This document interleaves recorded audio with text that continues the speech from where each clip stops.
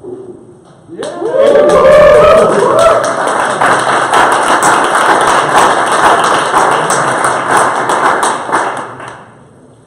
everyone, thank you for coming by today. Today we have, I would say, a lot of people from the best construction companies here. Oh yeah. In the room, and also a lot of people are joining us online. I was already excited as we had around 100 people subscribe to our video live stream, and now we have exceeded that number by far. So a lot has happened in the past 2 years for HoloBuilder. We have reached a lot of things. Today I will talk about HoloBuilder, how it is today, and how the most of you are using it as it is by now.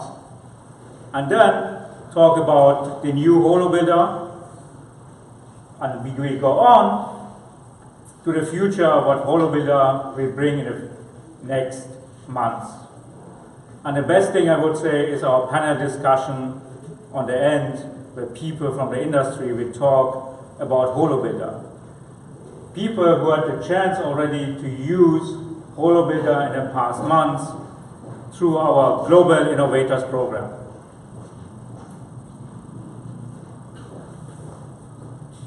In the past 2 years, we went through different steps with our product.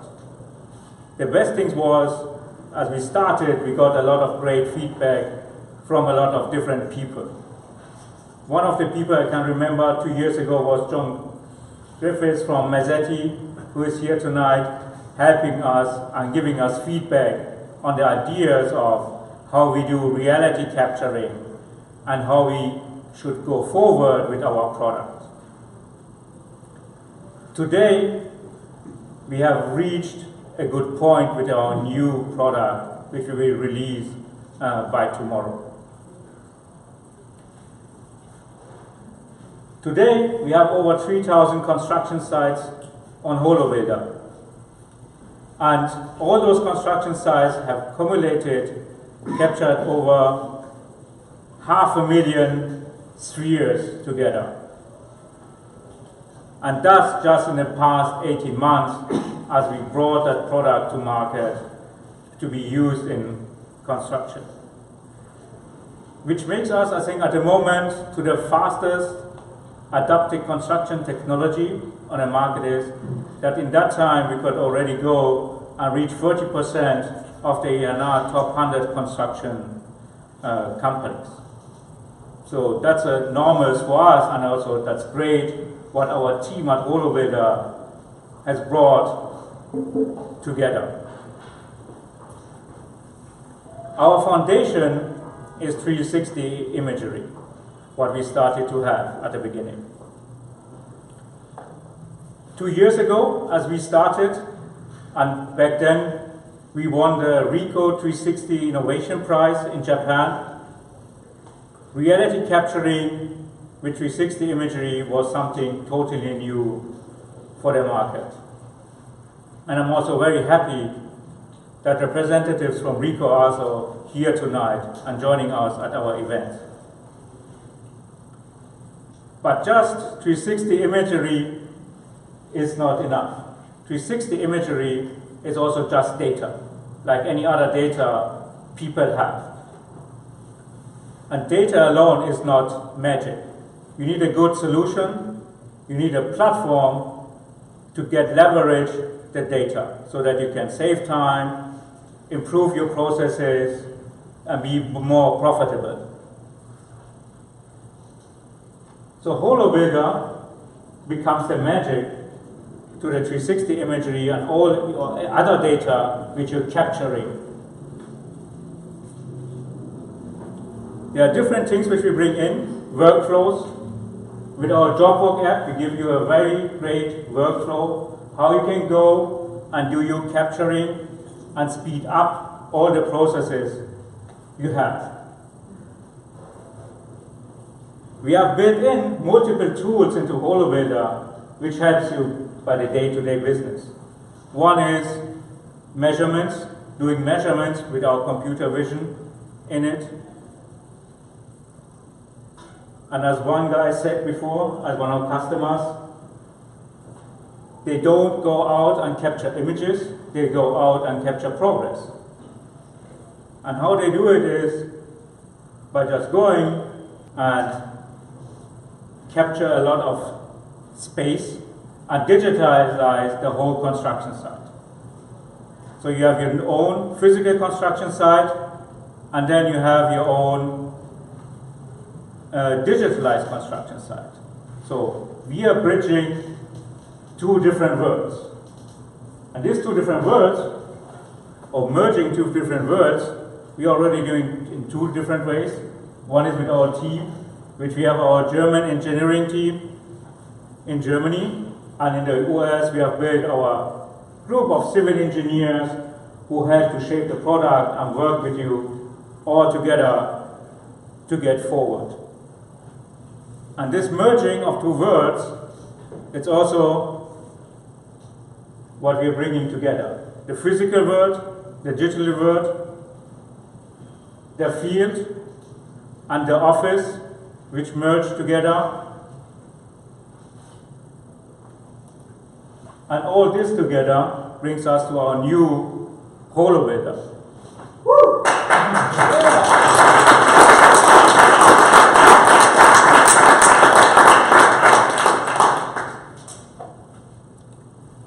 The new HoloBuilder incorporates all the main values which we have put together, which is for our speed, which you use speed to capturing everything as fast as possible, simplicity, to have it as simple as possible, to use it so there is no learning needed, that you can directly give it to somebody, people can go out, start capturing, start sharing, start working together. And also for us, it's very important, security of your data. We have very large projects on HoloBuilder, hospitals, airports, you will hear later more about those, who need the right security to go on with their data. And those things, the new HoloBuilder makes also, is the most stable and reliable HoloBuilder ever for now. All the features we had built in until today, all those we get better now. As we bring a full end-to-end solution for you, so you can go from the beginning of the project to end of the project. You can collaborate with everyone on your project, no matter if it's an owner, a sub, other co-workers, you can work with everybody together. And it goes from design phase as you start to build until you hand over. As mentioned, as you start your projects, you start building your teams. And that was what we heard most was people want to work in teams, they have their teams, and they start sharing their accounts, share to work with each other.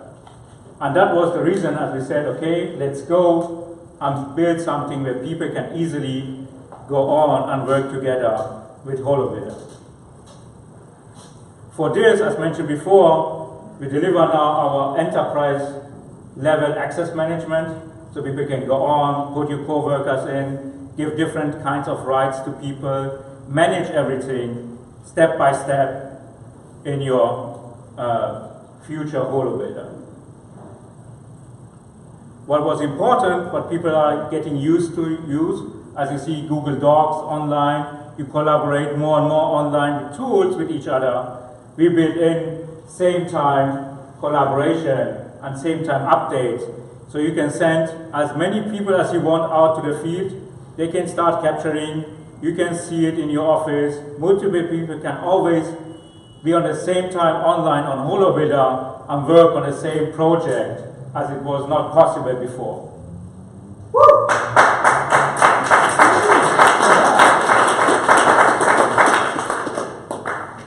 We also now have our offline handover, which was very important to the most customers. People wanted that they can end of the project, download the project, have it physically maybe on a USB drive, and they can hand over it to any other stakeholder if wanted. And that's what you can now do. We can deliver you the full experience. You then later don't need any subscription. You can just go on, have your hand over, and be safe that you can also in 20 years go and see all the data you have captured. And we listen to everybody in the industry and listen what is going on. And what we learned was that a lot of the people were not happy with license management. Why you should do license management on a construction site? Why, if somebody is coming to your job site for 3 weeks to do part of the job, why you have to manage to buy a new license, to get more licenses? So a few people always had a headache to manage it. Do we have a license? Somebody is starting sharing accounts, and people doesn't feel well sharing accounts if they have then an issue and they want to call, oh yeah, it's my account, it's not my email address. And we learned that we give today one plan, all unlimited for everybody. So you can have now unlimited users on your platform, unlimited projects, unlimited storage, you can upload unlimited sheets, unlimited images, and unlimited scalability. And with HoloBuilder, we have the only solution out there for imagery data which can capture stable the amount of images you need if you build a hospital, an airport, or a data center. Now, the place we have shown it until now, our customers have already started to upload 10,000 of images to the platform to be unlimitedly scalable. And what we now do is, or how the pricing works is, it will be on square footage. And everything will be live from tomorrow on. You can see it, everything, experience it.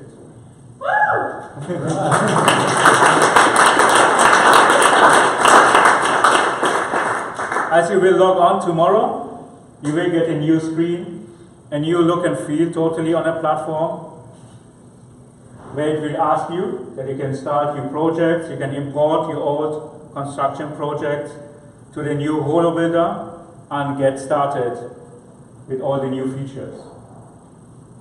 Everything has a new look and feel.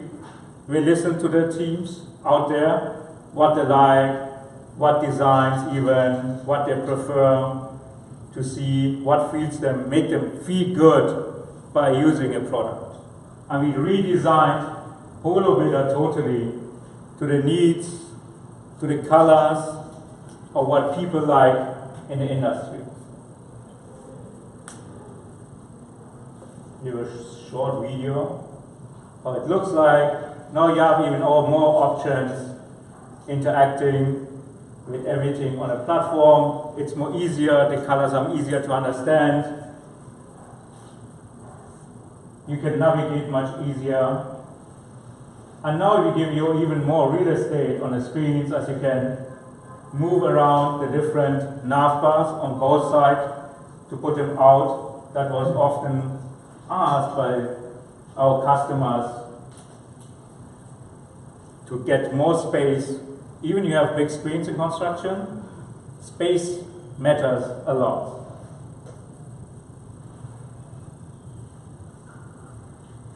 The next things which we hope we can bring a lot of this year is that we bring more intelligence to your documentation, that you automatically can support you and help you with the steps you're doing, that you can go on, find objects on your construction site, You can find the right time when something happens on a construction site.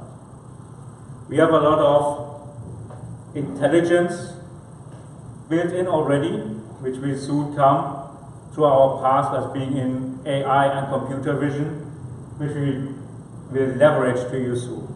What we have already, we are using ourselves is a lot our own live video chat, where you can meet in a 360 image or in your own digital construction site with your team and have your own video conference in it and discuss your strategies. As you can bring in your Revit model to HoloBuilder, you can have your ICE meetings in it, you can see what is going on directly, person to person in HoloBuilder. One thing we will show, just a very quick outlook how it will be with the demo. That's like when you want to estimate what is going on a construction site, you want to see, for example, how much war material was used on your job site. Then you can easily go on, choose from which date to which date, and get an estimation how much space was built in or is there. We have already the measurements. That's just taking our measurements to the next step for you and make all the steps easier. So, thank you very much for being here. I'm now happy to give it over to our panel so you can hear from the people from the construction sites what is going on. I'm very happy that they joined us today. And Curtis Rogers from Brick and Mortar Ventures will moderate our panel tonight. Curtis?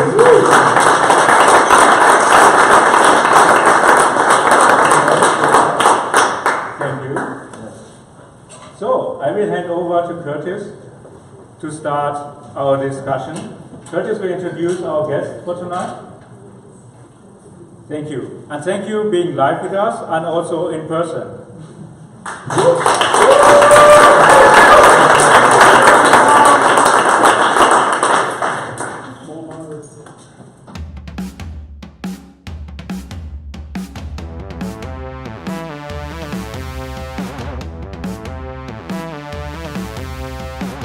Quick, easy, and indispensable. Definitely collaborative and interactive. Why don't you tell us a little bit about the project that we're on here in San Francisco Airport? Sure, so getting ready to kind of walk through the use case of the complete teardown and renovation of the existing terminal. Current program budget is about $1.2 billion, trending under just over 5 years. My name is Jaime Malagon. I work with Hensel Phelps as a field engineer here at the SFO project, and I've been with the company for about a year and a half. Andrew Cameron, had the pleasure of being with the company just under 7 years, currently area superintendent. Our team has been able to start really leveraging HoloBuilder and the product and the platform probably for the past 2 months. One of the jobs that I have as a field engineer at the project is documenting either day-to-day activities, so big activities happening on the site, depending on the scope, or more than anything, just weekly progress photos throughout the site. As the site changes from what it was before, the old terminal, tearing it down, to what our new construction is going to be. So having the capability of HoloBuilder to be able to introduce people to collaborate on the same project, it does help ease the stress. In this case, it was, like I said, it was just myself and my colleagues starting off, but now we have about 4 to 5 people actually shooting the pictures. The fact that it's not just one person in one location that has to be taking these photos and can now share that responsibility with multiple people, Yes. it will allow us to capture kind of a broader image of what's happening at that point in time on the project. To be able to arm multiple staff members with a camera that can, again, jointly collaborate in status and track the history of the project, not only for us, but our clients and stakeholders, it makes a lot of sense. It makes a lot of sense. Well, thank you very much for having me. My name is Curtis Rogers. I'm Principal Vice President at Brick and Mortar Ventures and a board member of HoloBuilder. and I will be conducting our panel discussion today.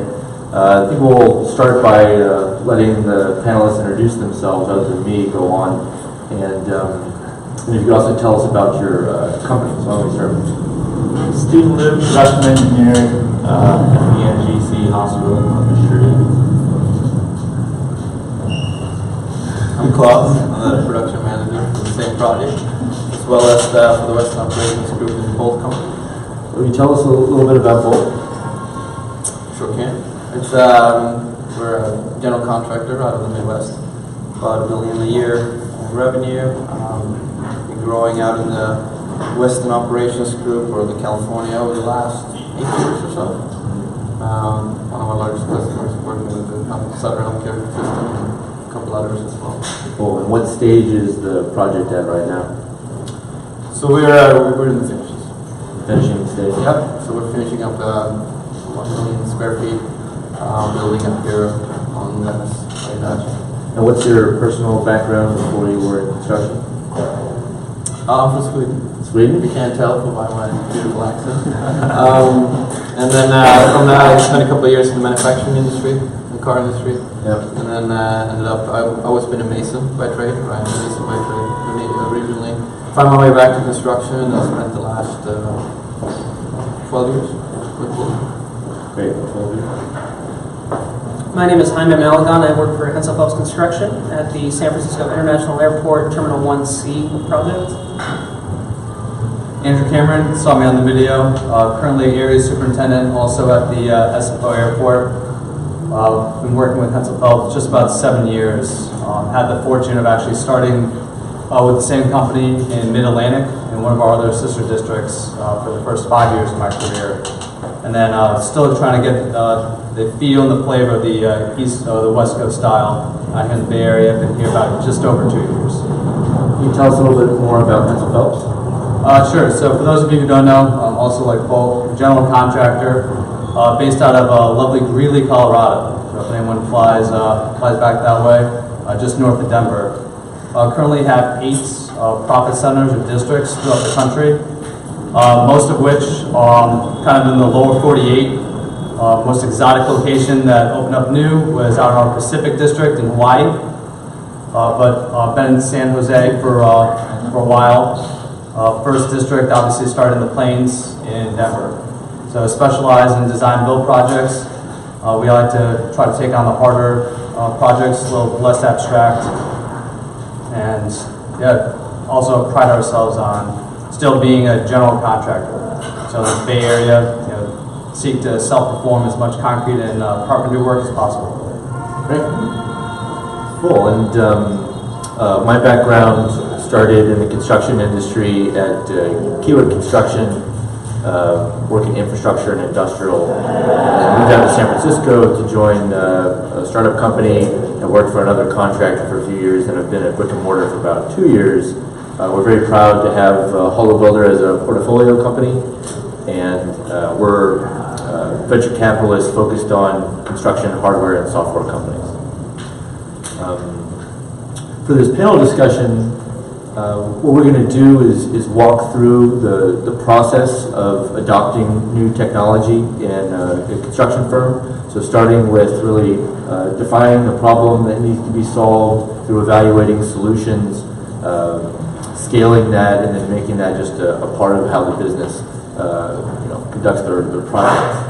So the questions we'll be starting with are around really defining the problem.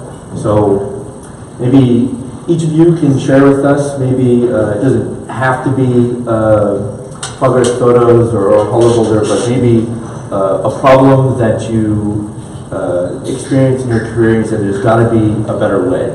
And not everybody has to say HoloBuilder related, but I just love to hear about what is a problem that you're motivated to solve, and then how you came to define it and bring it in scope. So whoever wants to jump right in. I'll help you. So I think part of the problem is that we're jumping right in general. When we talk solutions about, first. yeah. So even when you were posting the question, you were saying, evaluate or understanding your problems by evaluating solutions. And I think maybe that is one of the breakdowns that we do have in our industry. We have all these tools and we think they're all great. Now I have a new hammer. So I'm going to run around and look for things that I can knock over that, right? And I think what we're trying to achieve is spend a little bit more time mapping out the actual problem that we do have. And figuring out what that is and to understand it. And for me personally, that has been a little bit of a differentiator for me how I operate. Because I realized that I really didn't understand what problems I was solving with kind of grasping or developing things or having our teams develop things, and then in the end we should have just stepped back a little bit further and understand what is it that we're actually trying to achieve. And on your project, does that responsibility fall onto you to address problems as they come up, or is that everybody on the team? Is there a separation of duties? Do you have a role, someone who's champion with? I think you have to have a conscious strategy around how you create a culture like that, and that falls under leadership, definitely. I think once you have that culture, you have to support it as well, but then it goes down a little bit more to on an individual level to have that. We set out on the last project that I was referring to earlier to have that. So we were experimenting with things from the start. And we picked a couple of things every time. We're not even knowing if they would work out. But we wanted to prove to the product that we were allowed to experiment with things. So we brought in equipment that we never used before because we thought that would figure everything out. We spent a little bit more time on, let's say, meeting time or studying work, kind of like the game tape process of football players, right? You play the game and then you watch it and see how it did. We did the same things for our workers. So we try to do a little bit of different things just to break that mold. And how did you build what were some of the tools you used to build the culture of not being satisfied with the way things are and thoughtfully identifying areas for improvement? So specific tools I use is L-stream mapping, for example, and other tools. Some of that we borrowed from the manufacturing industry, but in general, I don't know if it's the same there. You have tool sets, but it's the culture and the focus, right, and the energy you have to spend on it, and then you find different ways of figuring out how to continuously improve, I guess. Gotcha. So process mapping and lean methodology. Yeah, that's our focus happened to be there around there, and I'm sure there are other methods out there that will help. But again, you have to do the investment up front and set aside that time. And I think with that's why we've also been involved with HoloBuilder and others to have that interaction with creative minds that are trying to change the industry. And that's been promoted too. Great. How about you? Any problems when you're maybe an early engineer and you're like, man, there's got to be a better way? I'm still an early engineer, so I'm still encountering problems. But no, I mean, I think you hit it right on the head. Hensel Phelps is also kind of one of those companies that looks to try to find better, easier, cheaper ways to solve the issues that we run into on a daily basis and at every one of our projects, right? So we do have what we call a CIP program, which is the continuous improvement process, as we like to call it, where we encourage anybody within the company or outside of the company to pitch ideas of ways that we can solve issues, like I said, better, quicker, faster, cheaper. So going kind of hand in hand with what we were saying just a second ago. It's all about trying to, how can we improve on whatever it was that we ran into in the past, right? If you run into a mistake or an issue, you want to make sure that you grow from it, learn from it, and how can we avoid it in the future. So, yeah. And as you go through the different phases of construction, is there an effort to really prioritize the problems that have been identified? And is it the entire team working on one problem, or do you have people working on separate problems? I mean, I'd like to think we're kind of one big team. How would you describe it?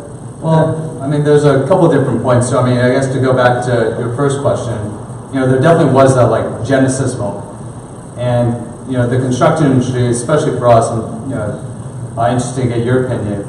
Capturing progress photos on a large site with a static object is pretty easy, and you could definitely do that with a conventional camera. Really, where we started and our team started seeing this real big pain point was when the walls started getting defined and the spaces became more obscure. So, the conventional way of sorting photos was really, a couple months or years after. We're either trying to do a proposal for an owner, or redo a site utilization plan and figure out what worked well, and trying to describe that graphically.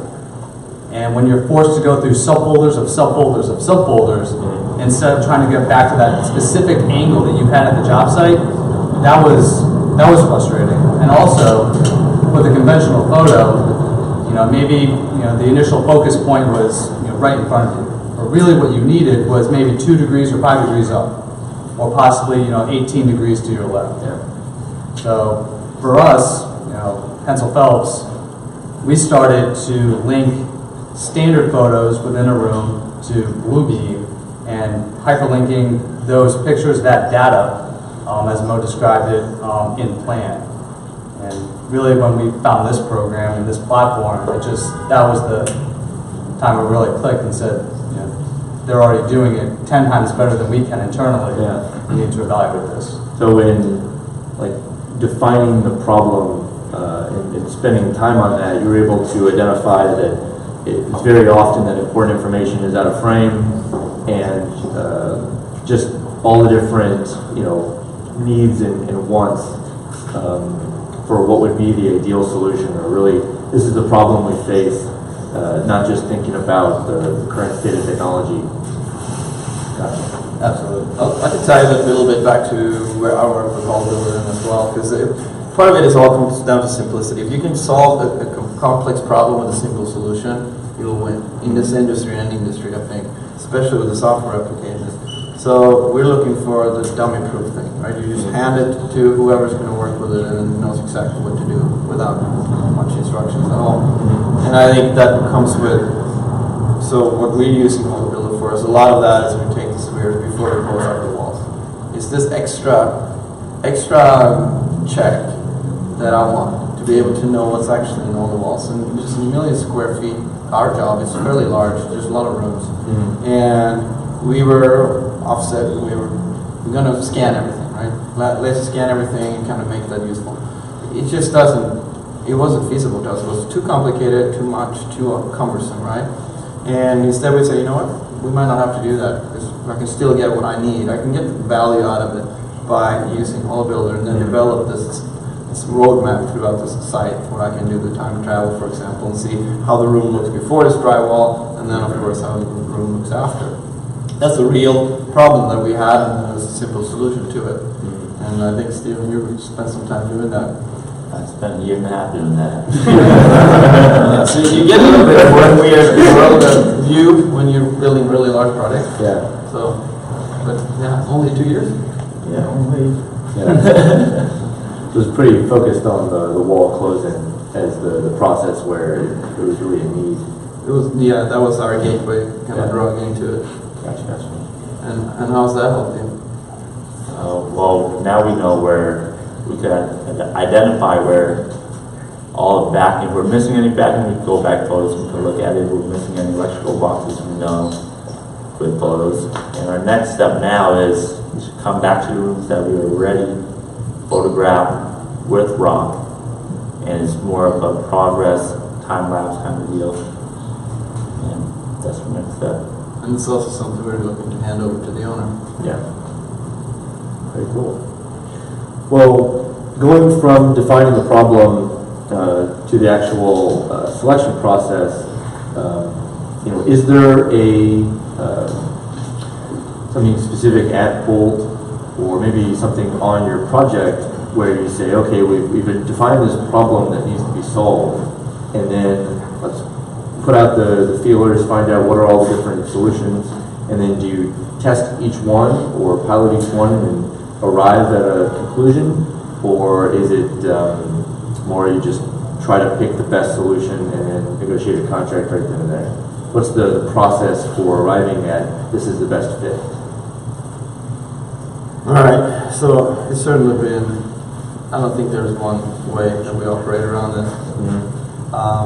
Part of it is depending on how bad we need a solution. Gotcha. Right, and in the beginning we did a lot of the evaluations that were more extensive. Yeah.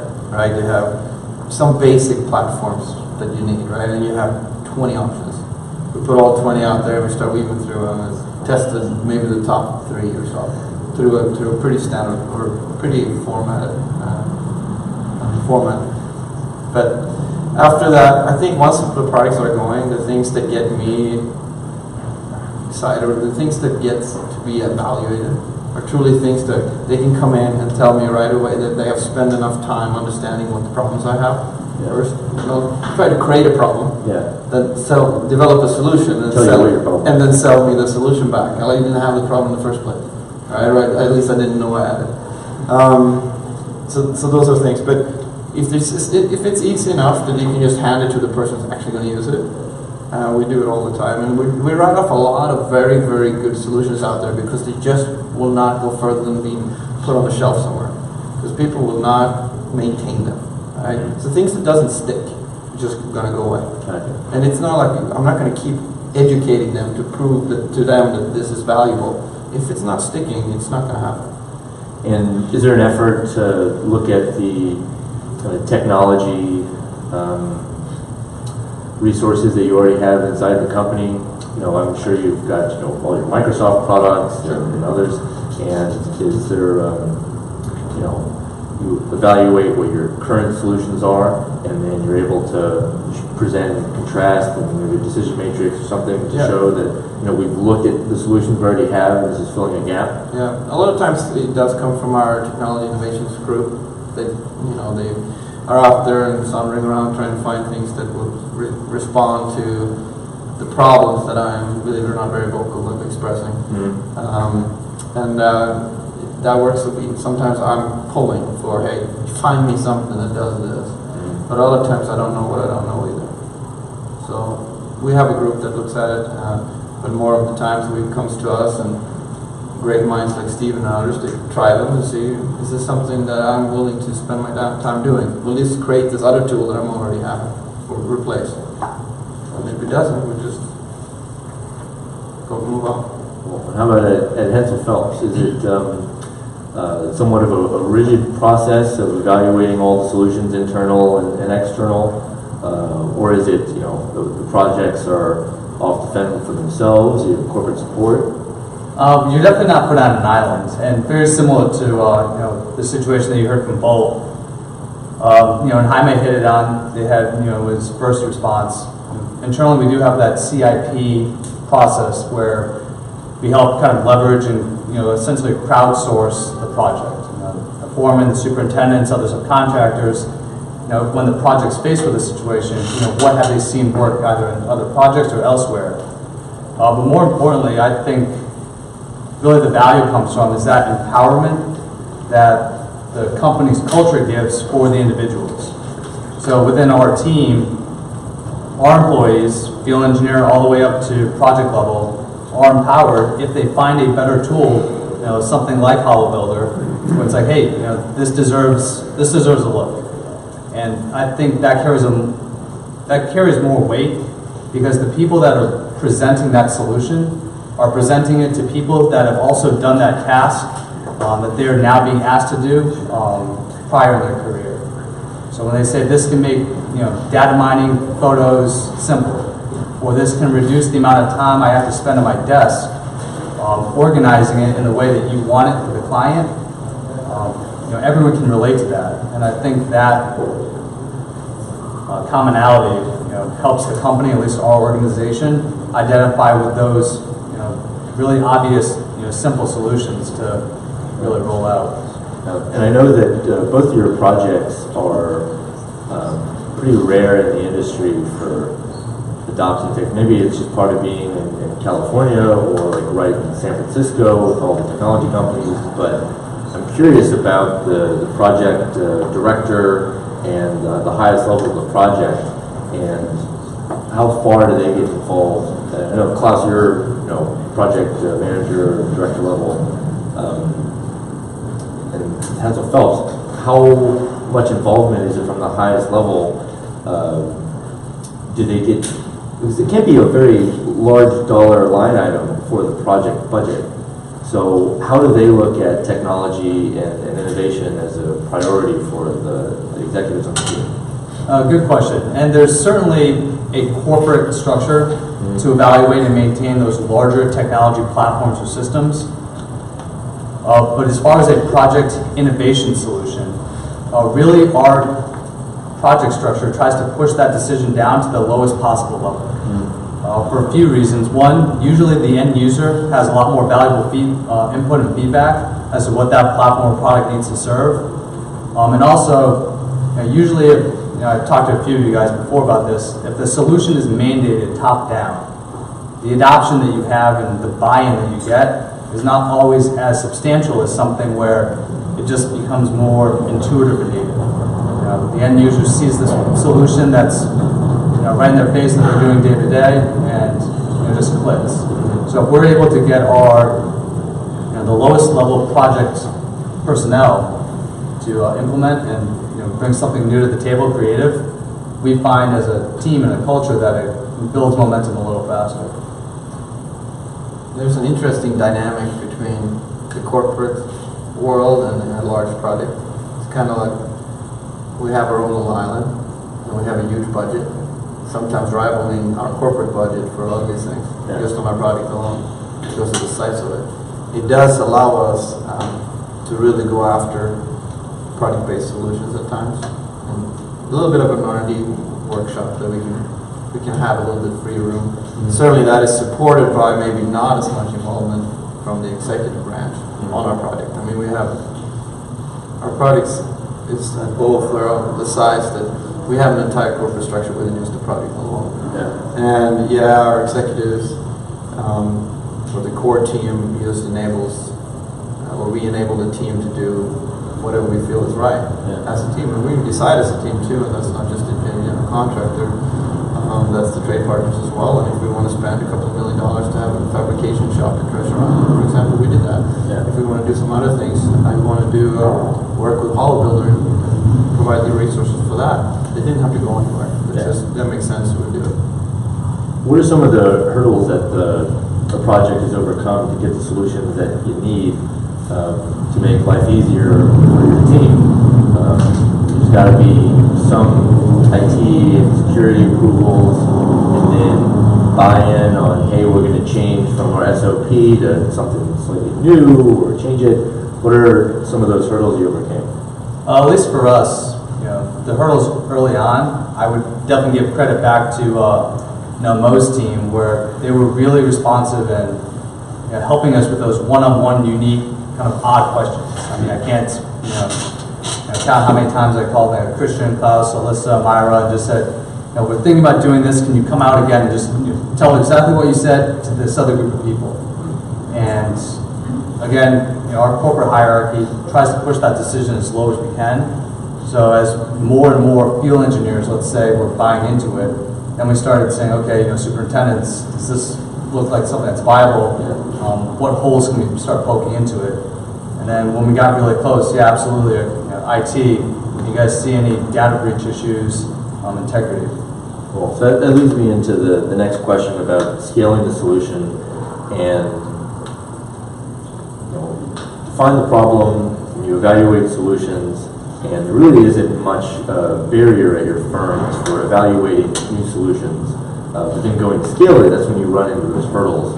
So what are some of the tools you've used to scale it within your project and then pass it on to the broader corporation or even educating the client? But we figured out something that is an easier way, and we need to be stewards for our business and try to get the most value out of the investment. We have local champions that then start spearheading things within the organization. For example, we share our Small Wins program, things of that nature that comes up, and then try to promote it throughout our communities of practice, is what we call it, that we have within different areas of the project throughout the company. So there's a formal part of it, and then we have community page like Yammer or something where people just right away comment more of the informal. You like the enterprise social media? Yeah, we do, and I think maybe one of the lessons too, and I had the same experience with HoloBuilder, came on board and they were easy to work with. We get hundreds of startups coming all the time. And I happen to be the person that they land with. And a lot of them, I don't even want to write back or answer because it's just too much. And they're not really listening. They're hearing me, but they're not listening because they're still selling, or their mind is somewhere and it's already set. And I think that was an experience that I had, a positive experience we had. And then another part, I think, with that goes with our biggest challenge on these projects is to get the accounting right, to get actually someone paid, the pay slip, figure out how to pay someone. And they didn't. So a lot of people come to us and say, oh yeah, you have to sign up right now for $29 or something. It takes me probably 2 weeks to get a payment of $29. It could be $29,000. I wouldn't know the difference. Yeah. But the amount of work What that budget it takes, comes out of it. they're right. And you got to figure it out and get all the insurance information and the payment information, an address to where it goes, all that stuff. That's what scares big projects. Yeah. We'd love to provide feedback and do things if it's easy. There's a project with financing for that project, and you may be spending your client's money. Yeah. And it all goes through a very bureaucratical, I can't even say the word, but it goes through a lot of steps just to do the smallest thing. Yeah. So little things like that can trip up the whole momentum, and then you're like, yeah, you know what, it's easier to go with someone over there. Yeah, just keep going. And with my experience working at large contractors, one of the best mechanisms, tools I had for driving adoption was getting a young engineer like yourself a speaking opportunity to talk about how you define the problem, you test it out with a bunch of different solutions. This is the one that works, and you know that's the story. And for all the other early engineers to say, oh wow, I can make my life easier as long as I follow this process. And I'm curious if there's speaking opportunities for the early employees to show leadership potential and things like that. We definitely look for that. And with the CIP process, we also have within each district what we kind of coined the virtual task force. I guess it's a bunch of people, like-minded, not afraid to take a deep dive into extracurricular activities, exploring, kind of like Klaus was saying before, almost paralleling tasks, doing it the conventional way and then doing it the new way. And certainly within the that BTF team, we have representation from the board, senior management, and to hear or provide a young engineer an opportunity to confidently stand in front of their peer group and their supervisors and say, I know this works, I know this solution, and here's what I think. Really helps, again, kind of bestow that empowerment. And absolutely, to your point, Curtis, create that buy-in. Gotcha. You all both now mentioned process mapping, and is how far do you go in there? Do you visualize the existing process, and here's the proposed process, and you price those out and show who are the stakeholders and who are the different people involved, and compare, and so you're really showing how you can make a sound business decision. And I'm curious if the early employees see this as a career opportunity or an advancement opportunity to demonstrate leadership and the ability to make sound business decisions, not just do what work has been placed on your desk. I mean, I know that when Andrew first brought it up to my attention that, hey, we're going to try to get involved with this new app, this new company. It's going to be for our progress photos at first, but there's a lot of potential here. Would you like to be kind of a go-to field guy? And I said, yeah, why not? At the time, I was actually pretty light on work, so I thought, you know what, this would be great for me to get kind of fill my day, right? So I did kind of enlist the help of one of my colleagues, and together we kind of started it off. And the great thing about HoloBuilder and what made it so cool and fun for me to kind of jump into is how easy it was to pick up. We've had 360 cameras in the past where it's just tedious and you have to take the shot very systematically, and if you do it incorrectly, you got to go back and take it again because it didn't pick it up. And the fact that I was able to learn the app and learn how to use all of the features in a matter of maybe 30 minutes sitting with Christian, Elisa, and Nick, them kind of running through it, and then me being able to take that and teach somebody. I mean, that's how you really know. That's how you know something, if you can teach it to someone who has no idea, right? So I saw it as a great opportunity to kind of get involved with something at the ground level and then just kind of watch it grow, because I mean it's got great potential. And the best part about it was I kind of put it to the test once we got a couple interns a few weeks back, and I decided, you know what, let's see how easy this thing is really to pick up, kind of just from a blank slate, right? And sure enough, 15 minutes of a tutorial, and then boom, you're off and running. So yeah, it's been pretty fun ride so far. Cool. And how about yourself? You see it as a career advancement opportunity to be involved with creating a new process and being one of the leaders in the so project? similar. Klaus kind of came to me and said, hey, we got HoloBuilder, they want to try this out on a project. So he gave it to me, and that was it. And then we had HoloBuilder come out, Christian, Myra, they came out and kind of just explained what they're trying to do, and they gave me the app and just told me, go ahead, play with it. No instructions, and see how quick I can pick it up. I started using it, I picked it up really quick, and then from there I was able to take what I learned from them and I pass it on to our VDC team, and they're our team that goes out there and they kind of explore other options, other technologies. And then I gave it to them, I said, this is something that I've been playing with and it's just straightforward. I didn't need any, I had bumps here and there, but for the most part everything was really simple. And I handed it over to them, and I didn't tell them what to do either. I just told them, go ahead and play with it.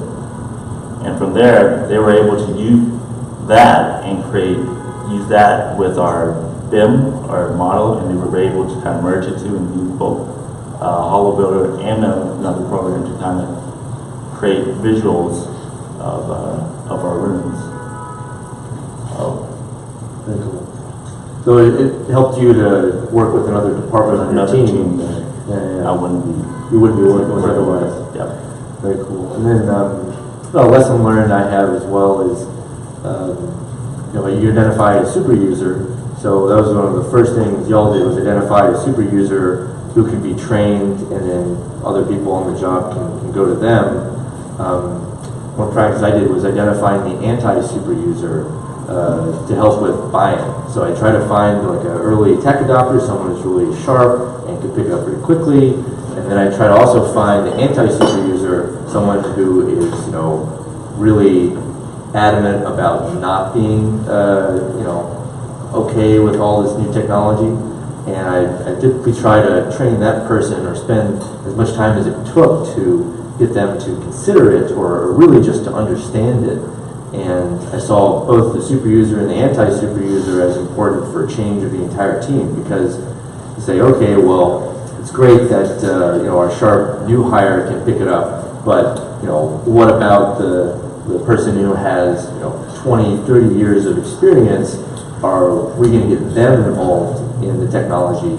So I'm curious, was there an effort to reach out to call it the anti-super user and see what do they think about it?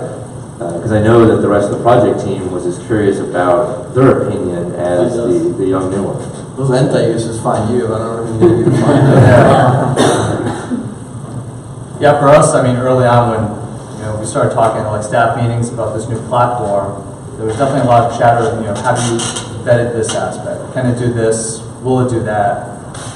And definitely some really hard questions, and leveraging their lessons learned and experience in the industry for what has bit them. And again, you have to give credit back to the HoloBuilder team. They were willing to kind of keep coming back to those conference rooms, conference calls, and saying, I can do this. This is how this is done. And again, just really building that momentum. So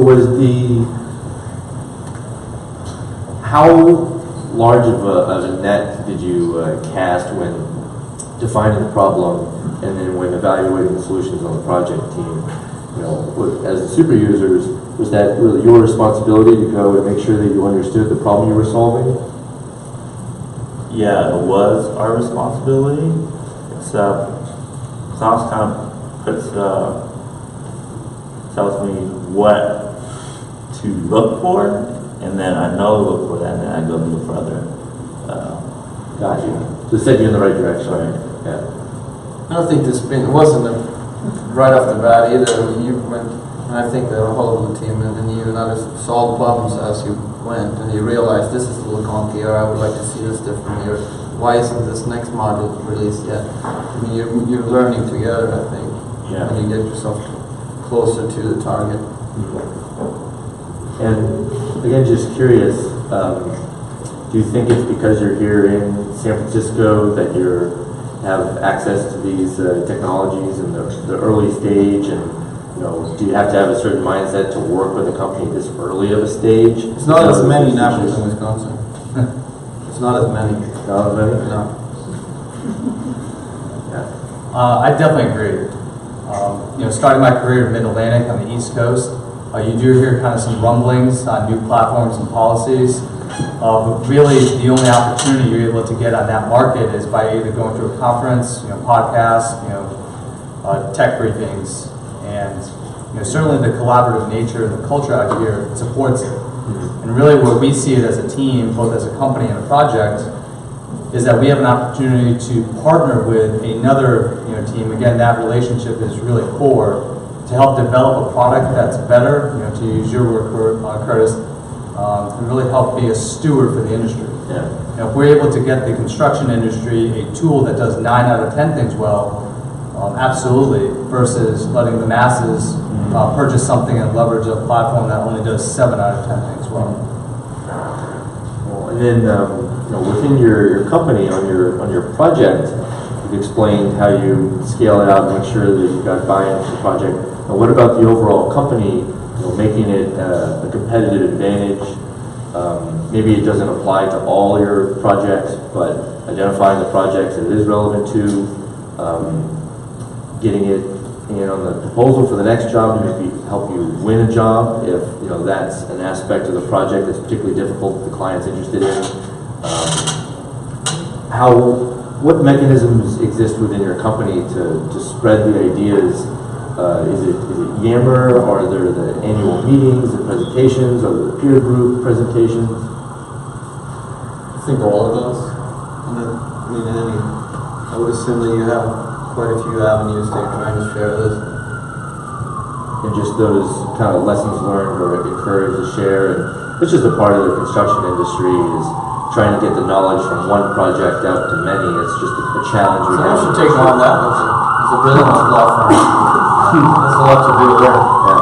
But specifically to answer your question, a lot of what happens, especially in this industry, is forming connections, forming relationships, and word of mouth. So there are formal, structured avenues where it's a newsletter within our internal marketing team, quarterly meetings where like-minded individuals within that community kind of meet to share ideas, but also just younger engineers saying, hey, let's try this on the next one. Because a lot of times there is that really tight window, and a lot of companies don't really appreciate that. Well, there is definitely the financial pain point of trying to find a way to fund it and bill it.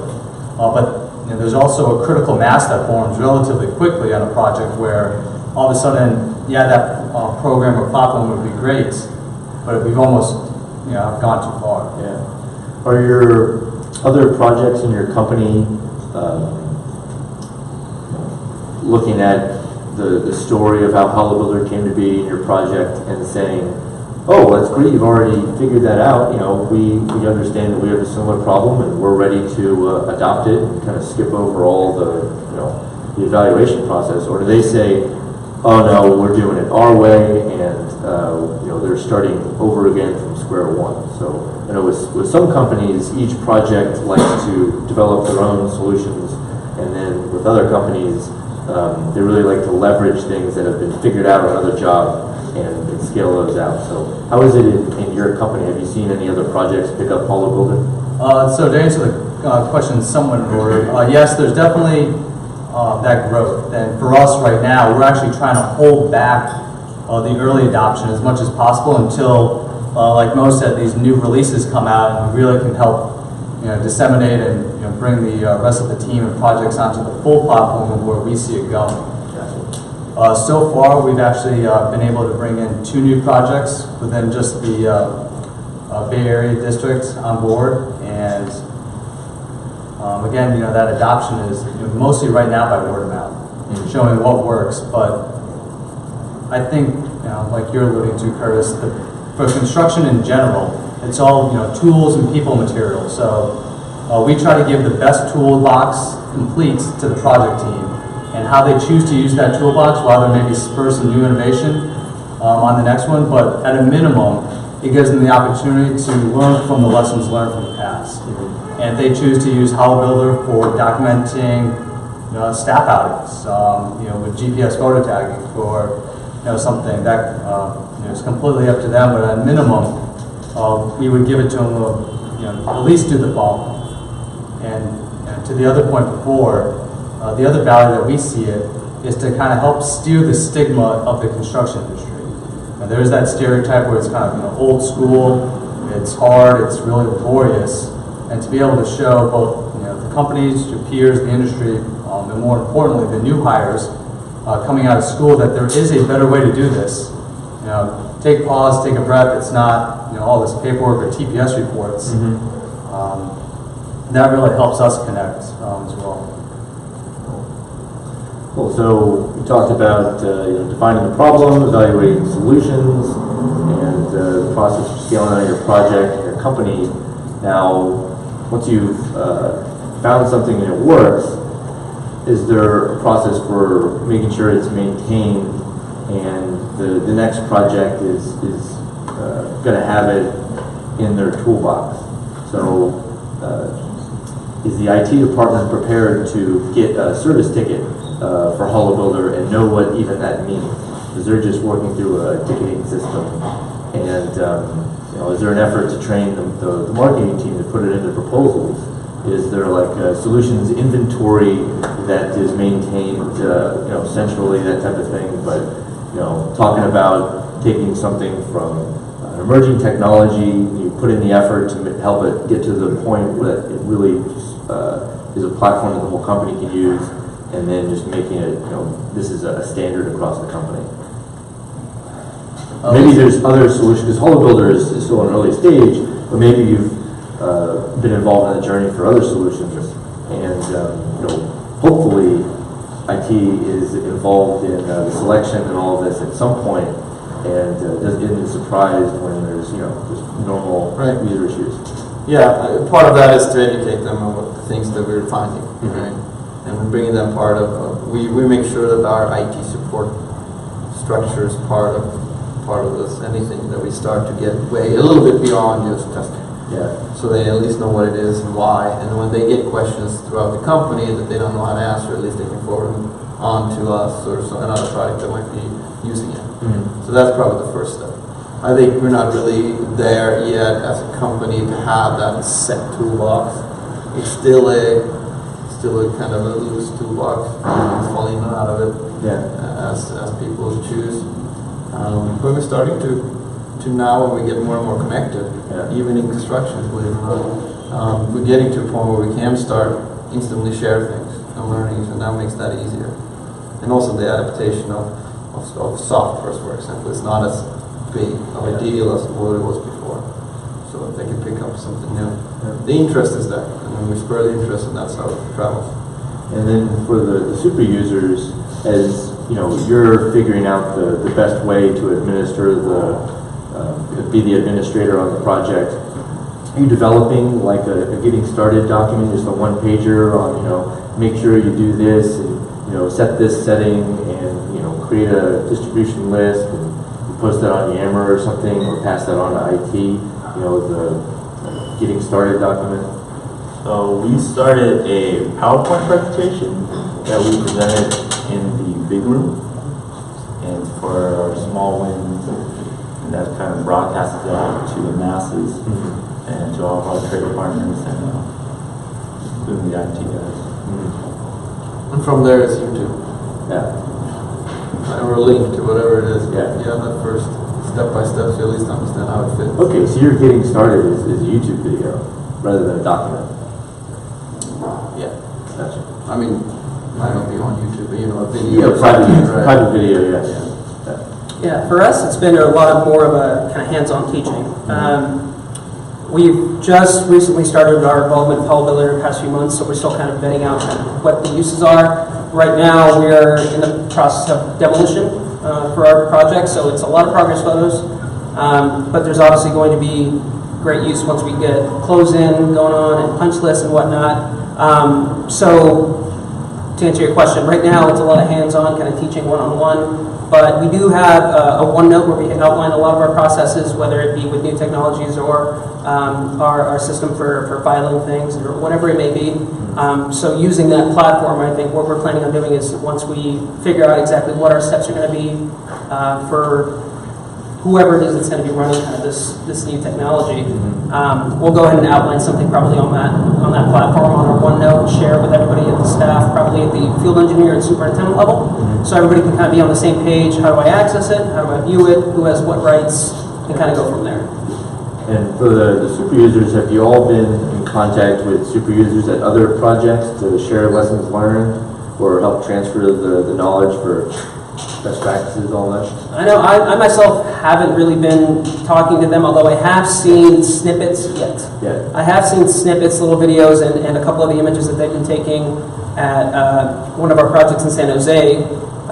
They are in the closeout phase, so they're starting to put up walls and they're starting their punch list. So similar to what they were just talking about, a lot of pictures of what exactly are we covering up with our JIT board, what are we covering up behind these walls, so we can have that documentation. So during that phase, it's obviously going to have great use. And then, like I said, right now we're really kind of just focusing on the progress photos, and that's about it. I kind of see that to be a role of HoloBuilder as well, to share those little tidbits, the little best practices or good ideas that, hey, we have a user over here that is doing this way, and push that out, because they can help facilitate. And the sample size, you saw earlier, all these projects, is much larger than what it is within our company, right? So I think that's a good facilitation role that HoloBuilder needs to have. Gotcha. And then, talking about maintenance of the solution, or maintenance of the project, you're talking about it potentially being passed on to the client. Can you describe that a little bit more, or what do you think is the real value proposition to the client, and how much of the HoloBuilder project you turn over, just final conditions or the entire history of the job? So I would say the history, depending on the legal setting or the business case that you're in, I think. But part of that is, since it doesn't cost anything more, right? So most customers today would not be able, even if they wanted to pay for a completely scanned, in-wall as-built model. They just wouldn't be able to, because it costs almost as much as their project. But using HoloBuilder, you get the same values for almost nothing, no extra work. And it can run on a smartphone, not a high-end computer. So that is the case for smaller projects, and maybe for projects where they can educate the owner on the importance of knowing their own building. They will come back and ask for it later. So we will do it up front. And if you're future projects down the road, that could be used as a selling point to those projects. But at this point, it's more used for us to create value to our owner in general. In turn, create perpetual business, of course. Gotcha. And then, how about for the next job during the pursuit phase, especially if there's existing conditions? Would it be used by the pre-construction team, the estimators, to visit the job site virtually? Certainly.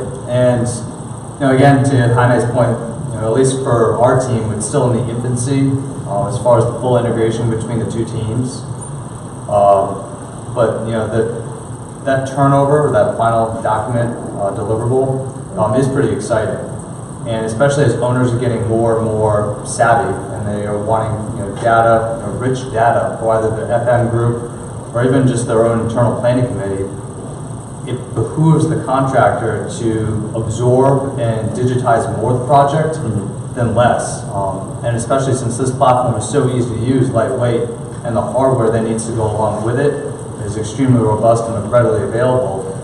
Absolutely agree that it just makes sense for us in the industry to start doing this now and kind of governing what the client wants.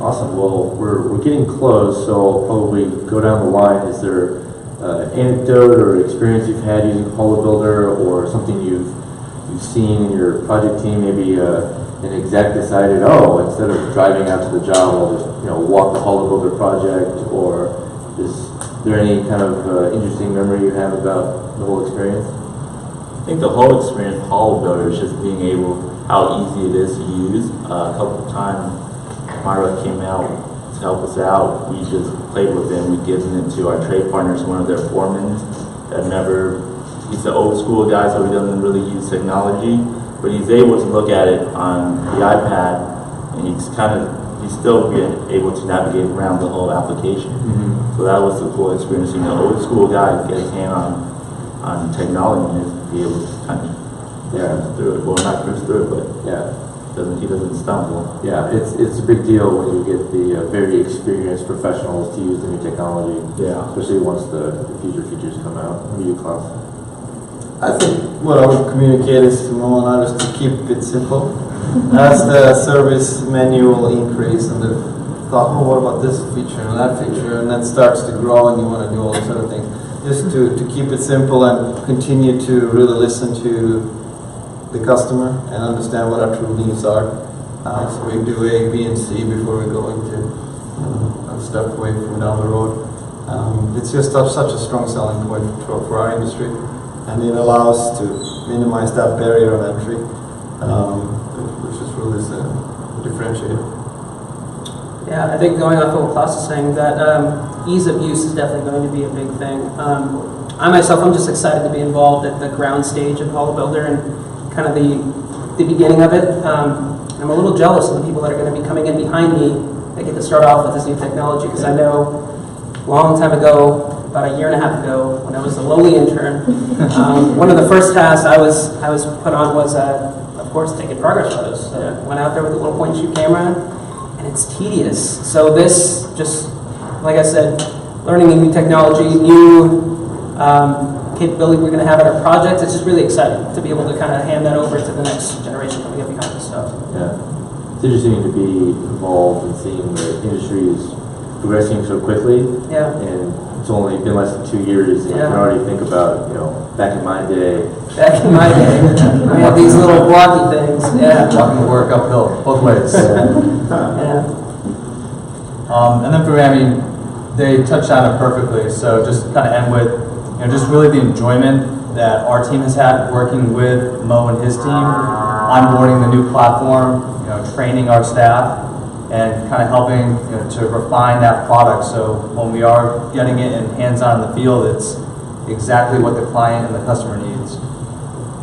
Thank you. Great. Well, thank you all so much. Thank you.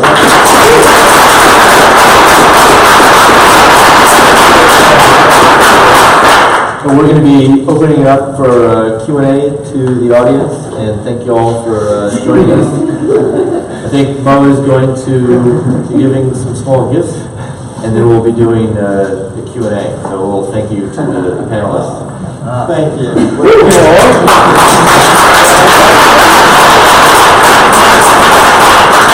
Thank you very much. Thank you. Thank you. Thank you. Thank you. Oh, lucky me. Lucky. And yeah, really thank you for coming by and sharing your experience with us here and also the audience online. I think everybody is very happy that it goes, as you mentioned, outside of California now, that it's not just we can podcast, or that we can share experiences which are happening here with the world. But it's also a whole bit about this, sharing, taking what is there and going out with the information. Thank you again. Thank you. Thank you very much. So, do we have any questions, either about panelists, myself, HoloBuilder, projects, technology? Yeah, I'll kick it off. Thanks, guys, for everything that you brought to the table. I took a lot of notes on your strategy and working with your teams to really roll out this solution.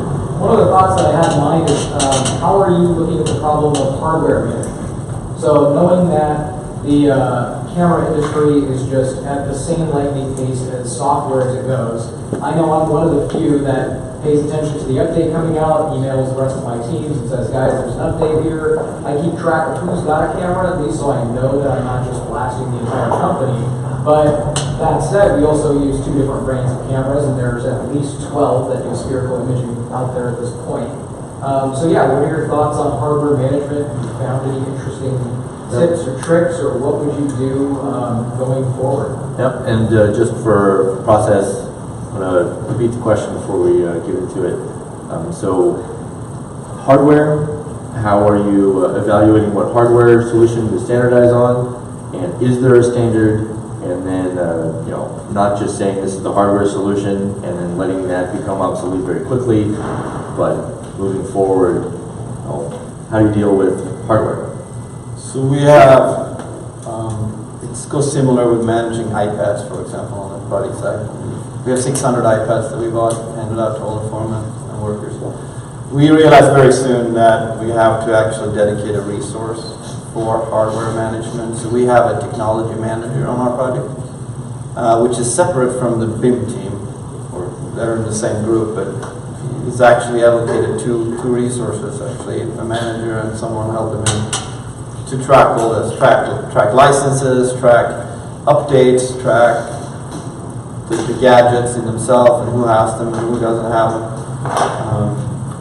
So that's how we went about it. And we realized very soon that people like me should not try to track this. So when something doesn't work, I'll give it to someone, I get a different piece. And that's about as tech savvy as I am. At least within our industry, we track hardware, both in hardware and software, depending on where the cost is burdened.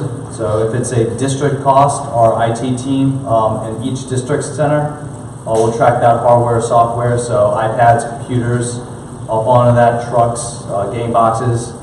But for something like a Ricoh Data camera or even an iPad, we may be asking too much of our staff, but that's usually a burden that is assigned to the project engineer. So during job startup, they're asked to do all the invoicing, permits, etc., and then kind of assign who will get what device and how many of those devices we need. And absolutely to your point, the industry is evolving at a lightning pace. So when we do make that job need to go purchase something, we definitely evaluate, is there a new solution coming out sooner? Should we buy all that we need now or do a percentage release? And any release that we do get is usually corporately pushed down to the district, and then the district has a small mailing list that goes out to those particular project engineers so they can help route that information locally. Yeah. I think the first iPad didn't have a camera. Yeah, and I remember I still have them. pretty expensive mistake of the company going, oh, iPads, buy them. Where's the camera? Oh, we didn't consider that. Oh, yeah. But yeah, hardware is definitely an important thing to think about. That and monitors. Monitors, Or spot screen, large format monitors. Yeah, it is transforms the productivity. Any other questions? Sorry, it's more of a, I guess, a statement. I was just thinking about a couple of things. In terms of leadership engagement, one of the main things leadership is engaged is winning work. And I know we actually used some copy that we got from Mo in a proposal in saying how we've used technology to acquire information. And thankfully, we won the project. So, It costs all of them. yeah. But I just think that, two thoughts. Talked a lot about execution and gathering that information. But I think also a big opportunity is, I said, winning projects. Yeah. Using that in a proposal. It's very engaging information, and often we stick to the format that's required in RFP responses and interviews. But I think it also has maybe the team has a great place in ultimately winning the work. And if you win the work using this tool, I think pretty quickly you'll get leadership engagement. Yeah. So the comment is really about the relationship between making sure that the technology is used in the pursuit of new work. And then also the leaders within the company are typically involved in pursuing and winning the next job. So if you're interested in being recognized as a leader, you're going to be involved in pre-construction inevitably. And Klaus, I know you're involved pretty heavily in the pursuit of new work in your company. Andrew, are you going out to be involved in the interviews with the new projects? Not so much the interviews, but very much the comment from the audience. Before the company pursues a new project, there is that strategy session where, depending on the company, the client, the environment, what technology do we really want to leverage and enhance, or what new technology, emerging technology, would be a good fit for this project team or this. So a capture plan. Exactly. Yeah. And Klaus, as you're going and being involved in the interviews, are the clients looking for technology as a differentiator? I think they are. I think some of the sophisticated clients are also looking for people that doesn't overuse the technology to look flashy. So we walk in that fine line. The kind of work that we do is usually slow-moving, recurring customers or large customers that you kind of work for a long time. And I think we will basically use the technology as just part of delivering our message. And if that's done well, then it's really enhancing it. It can also become a barrier where you don't have all of your process of things and your message, your story is the same, but you're showing all these cool, fancy things. Yeah. So it's a very delicate strategy session right before to make sure that you're in, depending on what region and where you are and all that. Definitely, though, the right use of HoloBuilder, you can have a wow factor, showing something, going around in a building and saying, hey, for example, in this area here, you see this and this and that, and look at whatever. Yeah. If you're using it that way, now you're bringing a wow factor and you're also enhancing your message. Yeah. So those are things that we thought about. Yeah, and there was a good story of how you've brought it into the fold with your existing solutions. So you educated the VDC, the BIM team, and they were able to find out how to get more value out of the investments they've already put into the I imagine a pretty high level of 3D modeling of the project. Yeah. And then that's got to be pretty important, is how does this work within the ecosystem of all your existing technology investments. Excellent. I would imagine we have time for one more question. Again, thanks for your guys' time. Appreciate it. So Bolt and Hensel Phelps obviously were two large contractors who work with some of the best trade partners. I'll point out too that Steven we were a partnership. He's with Herrero now with Bolt. So. Oh, and you forgot to mention that. All quality contractors who hire quality trade partners to go build these complex projects. So I wonder what processes or things you say you get hundreds of startups emailing you with new software ideas and things like that. Sometimes they just show up. What process do you have in filtering that for things that may apply to your trade partners that would benefit them? And in the end, maybe that software's not developed yet, but it's kind of geared towards them that would actually make your GCs more efficient in the end. And how are you evaluating that and following up on that? Or is there any follow-up? Yeah, I can speak. So the question is, as you're taking in all these solutions, are you identifying ones that are particularly relevant to the trade partners? And is there a process to get it out and educate the trade partner base? And maybe is that even helpful for you in attracting the top talent to come and build your project? Sure. So trade partners or subcontractors, we definitely. So our strength is if they're stronger. So a lot of these things too, we don't know the specifics. We just kind of hover up around and know enough to figure out what's needed. And definitely what we're trying to do is partnering the trades with the new idea, whatever it happened to be. If it's a service, it's an app, whatever, or just a concept. A lot of times they come with just an idea or a research program or something they want to dive into and then eventually develop a service, a product. So yes, 90% of the things I get, I probably pair them up with trade firms. Yeah. So it's more of representative of a top GC to be looking at things that benefit the subcontractors, not just the general contractor and the client, but how can we make the lives easier for the subcontractors? Yeah, and even for us, a tool that is maybe geared more toward a platform, more toward the general contractor, we'll definitely reach out and bring in some of the GCs like we've done for our earthwork and our demolition subs and ask them, candidly, especially the foremen, superintendents, would this be an interface that you'd be comfortable using either on this project or the next? Giving them context as to why we're asking for it. And depending on what they say, we can either get that feedback back to the developers, or we can make that strategic decision and say, okay, if this is really something we need, then we're going to have to bear some sort of culpability to really start to implement it. So there is some give and take. Excellent. Cool. Well, I think that concludes the panel discussion. Thank you all so much for being engaged, and thank you again to the panelists.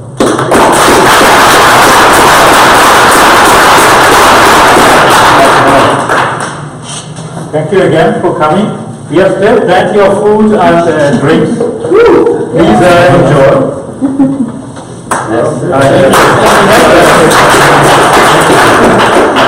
Thank you very much, sir.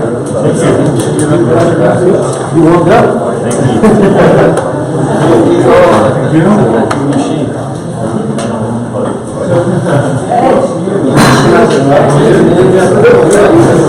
you.